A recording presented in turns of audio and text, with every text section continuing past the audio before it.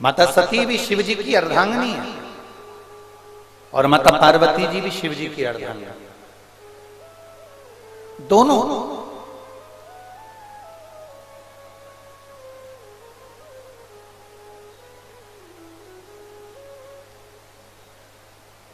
फिर सती में और शिव में, पार्वती में अंतर क्या है?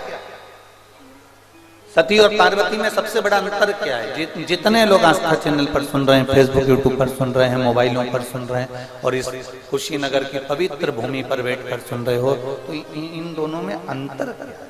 सती में और पार्वती में अंतर। सती और पार्वती में सबसे बड़ा अंतर क्या निकला?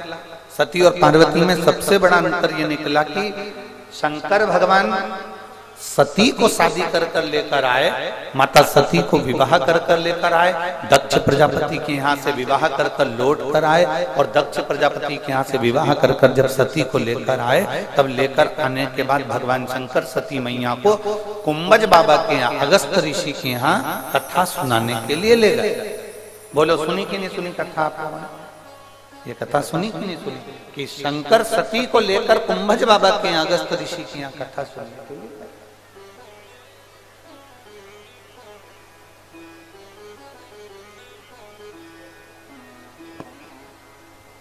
अगस्त बाबा के यहाँ शिव और सती गए। पार्वती और सती में अंतर देख लीजिएगा जरा, बहुत बड़ा अंतर है, बहुत बड़ा अंतर।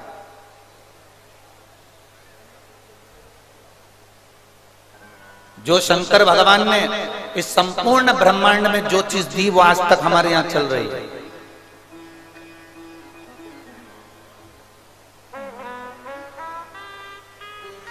जो शिव जी ने एक बार संसार के लोगों को जो दिया वो आज तक चल रहा है।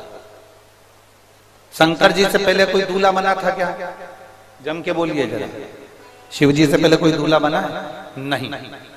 शंकर जी से पहले कोई चढ़कर, शंकर जी काय पे चढ़ के दुल्हन के घर गए थे?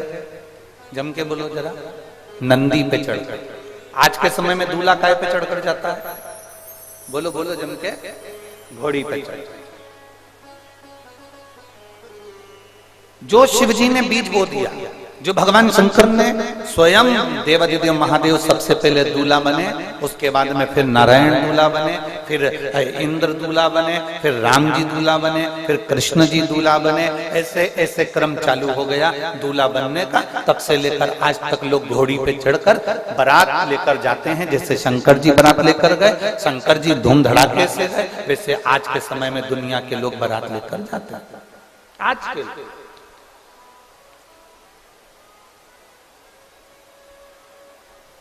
किसने सिखाया ये दुनिया के लोगों को? देवादिदेव महादेव।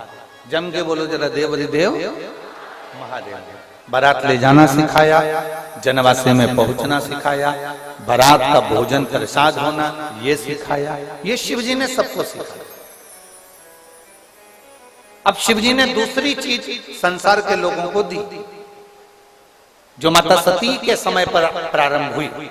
शंकर जी सती को शादी करने के बाद में ब्याह कर कर जब लेकर आए, लाने के बाद में सीधे कुंभज बाबा के यहाँ, अगस्त ऋषि के यहाँ कथा सुनाने ले गए।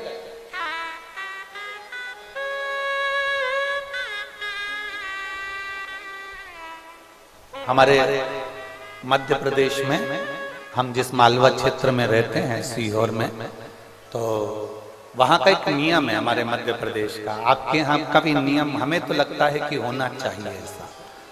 आपके यहाँ भी ऐसा नियम होगा। महाराष्ट्र में भी ऐसा नियम है, राजस्थान में भी ऐसा नियम है। हो सकता है उत्तर प्रदेश में ये नियम है कि नहीं, पर हमारे यहाँ का एक नियम है कि जैसे शंकर भगवान शादी कर कर सती को लेकर आए और वो कथा सुनने के लिए कुंभज बाबा के यहाँ गए, हमारे मध्य प्रदेश में ऐसा नियम है कि जब लड़का लड़की की शादी होती है, शादी होने के बाद वो घर पर जब आते हैं, आने के बाद लड़के के घर में जब लड़की आ जाती है, तब पंडित जी को बुलाकर सत्यनारायण जी की कथा करवाकर उनको सुनवाई जाती है। आपके उत्तर प्रदेश में ऐसा है कि नहीं वो हमको नहीं मालूम, है ना? आपके यहां भी है, मतलब तुम भी हमारे वाले हो। ये पक्का है। ये शुरुआत कोई तुमसे कहे कि ये दूल्हा दुल्हन को कथा सुनाने का नियम कहां से आ गया? शादी करके दुल्हन आई बेचारी रात भर ऐसे फेरे लगा लगा के थक गई और सुबह से उसको तुमने पूजन में बिठा दिया, सुबह से सत्यनारायण जी की कथा सुनने बिठा दिया, पूजन करने बिठा दिया। कोई तुमसे पूछे कि ये नियम कहां से आ गया कि शादी के बाद कथा सुनना चाहिए, दूल्हा दुल्हन को बैठकर कथा सुनना चाहिए, ये नियम कौन लेकर आया? तो कह देने ये नियम देवाधिदेव महादेव लेकर आए थे। शादी करने के बाद सती को ले जाकर कथा सुनवाए। ये नियम मेरा महादेव लेकर आए थे। शादी के तुरंत बाद शादी कर आए और सती मैया को कुंभज ऋषि के यहाँ कथा सुनाने के लिए अगस्त बाबा के यहाँ पहुंच गए। अब शादी के तुरंत बाद कथा सुनना, शंकर जी का मन तो कथा में लग रहा था क्योंकि शिव जी कुंभज बाबा की कथा सुनने गए। दूल्हा दुल्हन दोनों कथा में बैठते हैं। कहीं कहीं पर दूल्हे का मन सत्यनारायण की कथा में लग जाता है और कहीं कहीं दूल्हे का नहीं लगता तो दुल्हन का मन सत्यनारायण की कथा में लग जाता है। कभी कभी ऐसा होता है कि दोनों का ही मन नहीं लगता, ये भी स्थिति रहती है। पंडित जी पूरे 5 अध्याय सुना देते हैं। कलावती ने लीलावती से कहा, लीलावती ने कलावती से कहा।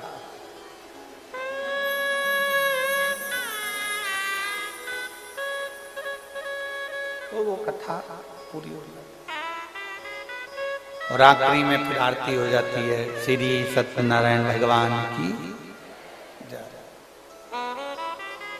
इति श्री रेवाखंडे प्रथम अध्याय, द्वितीय अध्याय पूर्ण, तृतीय अध्याय पूर्ण और बहु अंदर से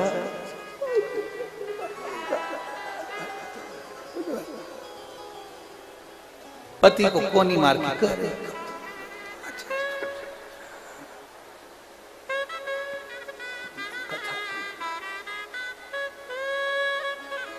कथा में घंटी भी बजाई जाती है क्योंकि ये दोनों उठ जाए, सावधान। केवल आपके यहाँ सत्यनारायण जी की कथा शादी के बाद हो रही है, उसी में घंटी नहीं बजती है। देवाधिदेव महादेव माता पार्वती को जब कथा सुनाने के लिए कुंभज बाबा के यहाँ लेकर गए और कुंभज बाबा जब कथा करने लगे, कथा कहते कहते कुंभज बाबा बीच में चिल्ला रहे थे, हर हर महादेव। तो महादेव जैसे चिल्लाते थे इतने में सती मैया महादेव जी का मुख देखकर कहती थी, बार बार इनको हो क्या जाता है, इतने चिल्लाते क्यों हैं? शंकर भगवान कह रहे हैं ये केवल तेरे चक्कर में चिल्ला रहा है।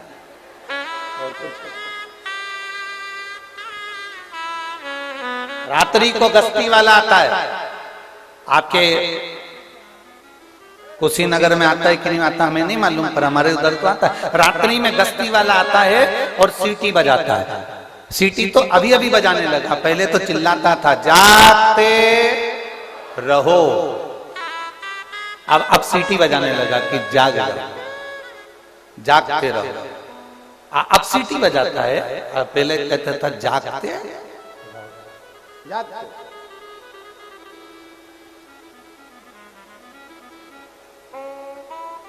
जागते। अब गस्ती वाला क्यों चिल्लाता है जागते रहो? रात को सोगे तो तुम्हारी तिजोरी का माल कोई चुरा के ले जाएगा। गस्ती वाला रात को चिल्लाता है जागते रहो, और संत साधु गुरुजन कथाकार ब्राह्मण जन दिन में चिल्लाते हैं श्रीमद् भागवत रामायण शिव पुराण देवी भागवत गीता सुना सुना कर चिल्लाते हैं। रात को सोओगे तो चोर चोरी कर कर ले जाएगा, और दिन में अगर तुम भगवान की कथा में सोओगे तो परमात्मा भी तुमसे दूर चला जाएगा। उसको करीब लाना, उसको अपने करीब।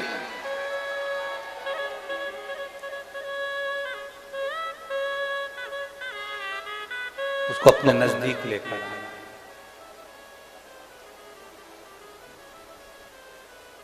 शंभु शरणे